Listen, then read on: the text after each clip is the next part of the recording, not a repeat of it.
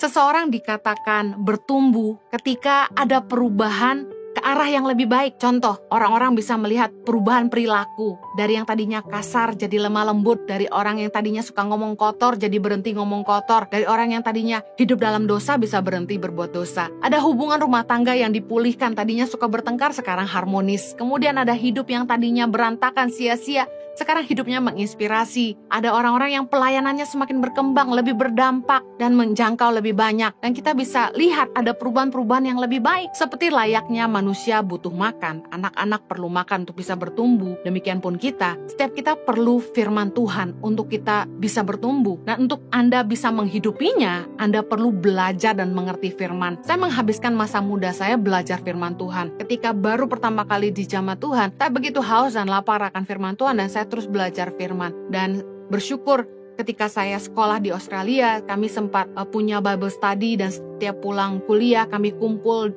dalam kelas-kelas Bible study, dan saya sering ikut itu. Dan kemudian juga bersyukur sekali dimentor oleh orang-orang yang berbeda secara rohani. Kita butuh didampingi oleh mentor-mentor rohani, bahasanya pemuritan, supaya kita bisa belajar firman Tuhan. Karena tanpa mentor, mungkin kita belum bisa mengerti karena kita masih bayi rohani. Mentoring itu ada dua.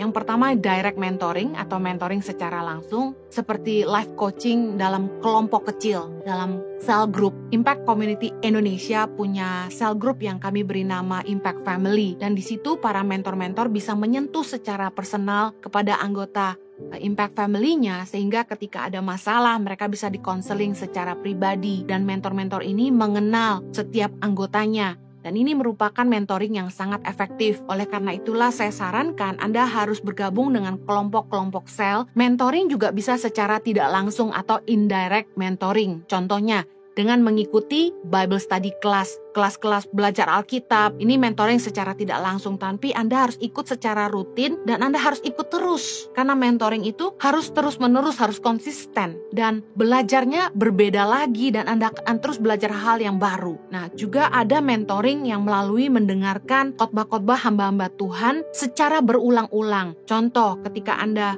mendengarkan khotbah saya, Anda ikuti terus pengajarannya, Anda terus dengarkan khotbahnya, dan ada yang saya dengar dari kesaksian, mendengarkan satu khotbah itu sampai berulang-ulang, sampai ngelotok katanya. Nah, sehingga mengerti dan kemudian menghidupi. Dan kemudian ada juga yang mungkin Anda ikut seminar, Anda belajar dari berbagai seminar, dimentor oleh orang-orang yang menurut Anda berhasil dan hidupnya bisa ditiru, kemudian dengan membaca buku hamba-hamba Tuhan atau buku-buku yang menginspirasi hidup Anda, itu juga bisa melalui indirect mentoring. Nah, setiap kita butuh didampingi oleh mentor rohani. Nah, tentu gembala tidak bisa mementor langsung secara personal setiap jemaatnya. Karena itulah dibutuhkan gembala-gembala kecil, yaitu para mentors yang membina setiap kelompok sel di masing-masing gereja. Barometer dari pertumbuhan rohani orang-orang yang sungguh-sungguh mengerti firman Tuhan dan menghidupi firman adalah mereka menjadi pelaku firman. Tidak hanya tahu firman Tuhan, akhirnya nanti terjebak jadi ahli Taurat, jadi ahli Farisi yang cuma bisa menghakimi. Tapi